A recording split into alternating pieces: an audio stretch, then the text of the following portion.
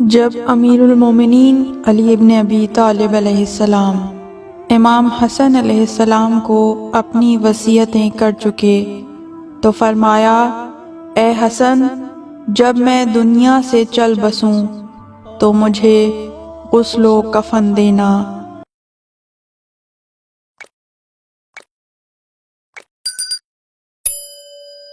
اور اپنے نانا رسول خدا کے بقیہ حنوط کے ساتھ جو کافور جنت میں سے ہے اور جسے جبرائیل رسول اللہ کے لیے لائے تھے، اس سے حنوط دینا۔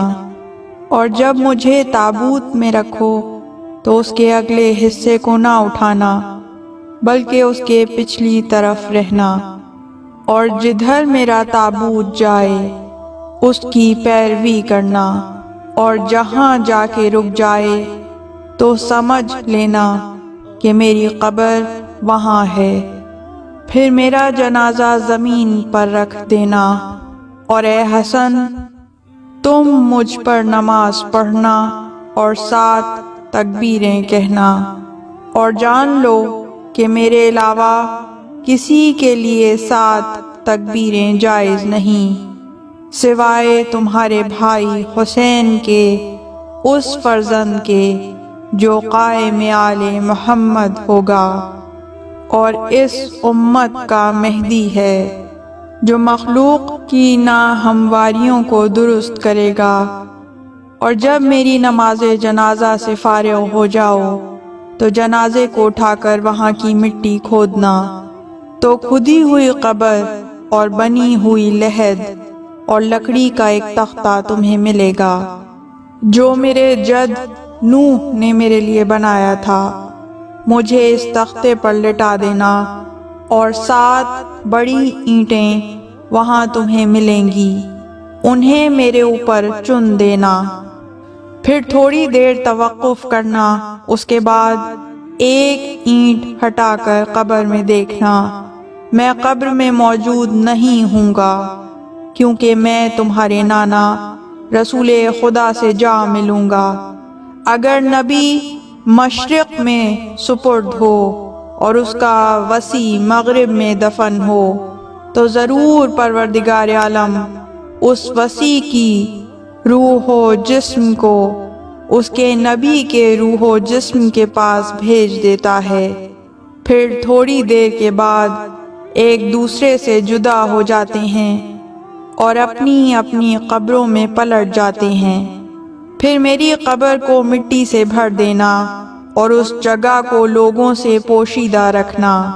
جب دن چڑھ آئے تو تابوت ناقے پر رکھ کر کسی کو دینا کہ وہ مدینے کی طرف لے جائے، تاکہ لوگوں کو معلوم نہ ہو کہ میں کہاں دفن ہوا ہوں۔ حضرت امام جعفر صادق علیہ السلام کی روایت کے مطابق حضرت امیر المومنین علی ابن ابی طالب علیہ السلام نے امام حسن سے فرمایا کہ میری قبریں 4 جگہوں پر بنانا، ایک مسجد کوفہ میں، دوسری رحبہ کے درمیان، تیسری نجف میں، اور چوتھی جادہ بن حبیرہ کے گھر میں، تاکہ کسی کو میری قبر کا پتہ نہ چل سکے۔ یہ قبر کا خفیہ رکھنا اس لیے تھا کہ مبادا خوارج اور بنی امیہ جو انتہائی قسم کے دشمن اور حضرت امیر المومنین کے عدو تھے، کہیں قبر سے باخبر ہوں اور وہ یہ ارادہ کریں کہ حضرت علی مرتضیٰ کا جسد اطہر قبر سے نکال لیں۔ یہ بات شاید کچھ لوگوں کو انتہائی غیر معمولی معلوم ہو، مگر آج کے دور میں اس پہ یقین کرنا کچھ اتنا ناممکن بھی نہیں کہ جب ہمارے سامنے ہی کچھ عرصے پہلے جناب حجر بن ادے کے جسد اطہر کو ان کی قبر مبارک سے باہر نکالا گیا۔ علی اور شیعان علی کے دشمن ہر دور میں اسی طرح شقی القلب رہے ہیں۔ امیر المومنین کی قبر مبارک حضرت امام جعفر صادق علیہ السلام کے زمانے تک مخفی رہی، یہاں تک کہ بعض اصحاب اور شیعہ حضرات اپنے جد بزرگوار کی زیارت کرنے اور جائے قبر بتانے سے واقف ہوئے۔ ہارون رشید کے زمانے میں تو تمام لوگوں کے لیے مرقد منور ظاہر ہو گیا۔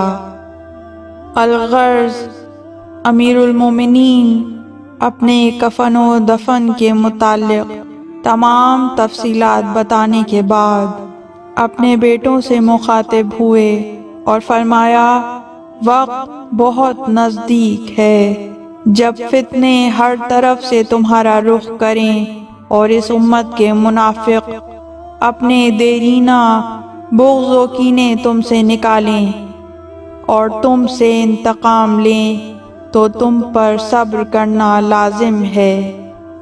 پھر حضرت امام حسین علیہ السلام کی طرف رخ کیا اور فرمایا، خصوصی طور پر تمہارے اوپر بہت سے فتنے اور مصائب وارد ہوں گے۔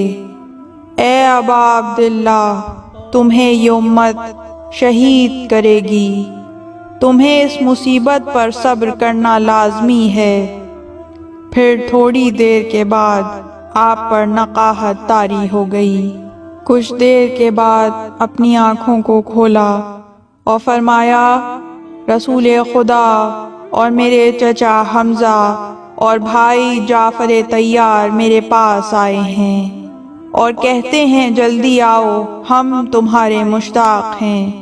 پھر آپ نے نگاہیں موڑ کر اپنے اہل بیت کو دیکھا اور فرمایا، سب کو خدا کے سپرد کرتا ہوں، خدا سب کو حق و صداقت کے راستے پر قائم اور دشمنوں کے شر سے محفوظ رکھے۔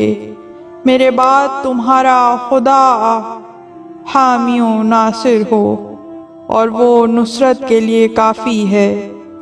اس کے بعد آپ کی جبین مبارک پسینے سے تر ہو گئی اور آپ نے آنکھیں بند کر لیں اور قبلہ رخ ہو کر ہاتھ پاؤں دراز کر لیے اور فرمایا، اشہد ان لا الہ الا اللہ وحدہ لا شریک لہ واشہد ان محمدا عبدہ ورسولہ۔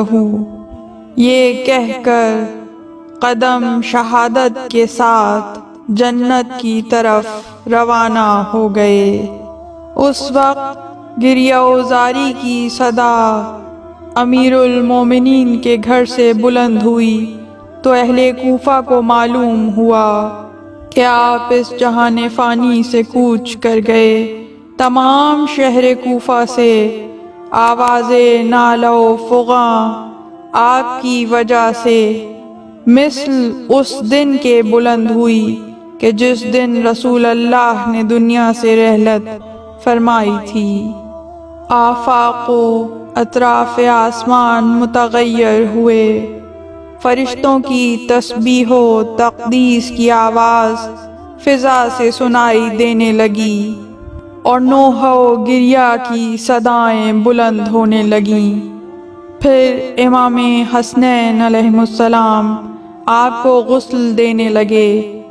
محمد بن حنفیہ روایت کرتے ہیں کہ جب میرے بھائی غسل میں مشغول ہوئے، امام حسین علیہ السلام پانی ڈالتے تھے اور امام حسن علیہ السلام غسل دیتے تھے، اور کسی کی ضرورت نہ تھی کہ جسم کو ادھر ادھر پھیرے، بلکہ غسل کے وقت خود بخود جسم مطہر اس طرف سے اس طرف پھرتا تھا، اور مشک و عنبر سے زیادہ خوشبو آپ کے جسم اطہر سے آتی تھی۔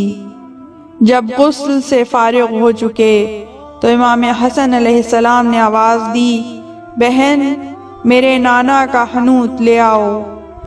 جناب زینب سلام اللہ علیہا جلدی سے امیر المومنین علی بن ابی طالب علیہ السلام کے حنوط کا حصہ لے آئیں، جو رسول اللہ اور فاطمۃ الزہرا سلام اللہ علیہا کے حصے کے بعد رہ گیا تھا، اور یہ اس کافور میں سے تھا جو جبرائیل جنت سے لے کر آئے تھے۔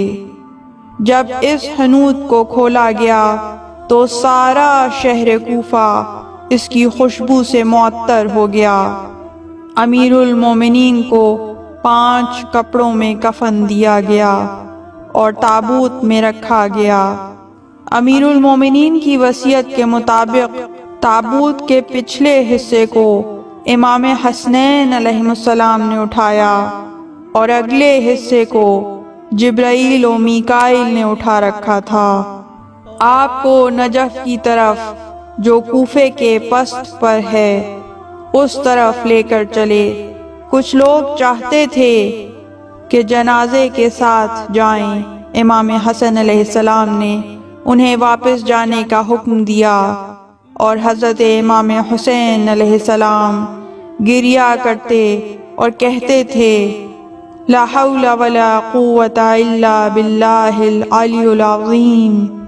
اے بابا، آپ کے غم سے ہماری کمر ٹوٹ گئی۔ محمد بن حنفیہ کہتے ہیں کہ خدا کی قسم، امیر المومنین کا جنازہ جس درخت کے پاس سے گزرتا وہ خم ہو جاتا۔ جب جنازہ قبر کی جگہ پر پہنچا تو تابوت از خود زمین پر آ گیا، پھر جنازہ زمین پر رکھ دیا گیا۔ امام حسن علیہ السلام نے نماز جنازہ پڑھائی اور 7 تکبیریں کہیں۔ گنتی کے وہ چند لوگ کہ جنہیں جنازے کی معیت میں ساتھ آنے کی اجازت دی گئی تھی، انہوں نے اور ملائکہ نے امام حسن کی اقتداء میں نماز جنازہ پڑھی۔ نماز کے بعد جنازہ وہاں سے ہٹا کہ اس جگہ کو کھودا گیا تو اچانک کھدی ہوئی قبر اور بنی ہوئی لحد ظاہر ہوئی۔ قبر کے نیچے ایک تختہ بچھا ہوا تھا جس پر ایک تختی تھی جس پر خط سریانی میں 2 سطریں تھیں جن کا ترجمہ ہے بسم اللہ الرحمن الرحیم۔ یہ وہ قبر ہے جسے نبی نوح نے علی وصی محمد کے لیے طوفان سے 700 سال پہلے کھودا ہے۔ جب چاہا کہ حضرت کو قبر میں داخل کریں تو ہاتف غیبی کی آواز سنی گئی، اتارو اسے پاک و پاکیزہ تربت میں، کیونکہ حبیب اپنے حبیب کا مشتاق ہے۔ پروردگار عالم تمہیں صبر جمیل کی توفیق عطا فرمائے۔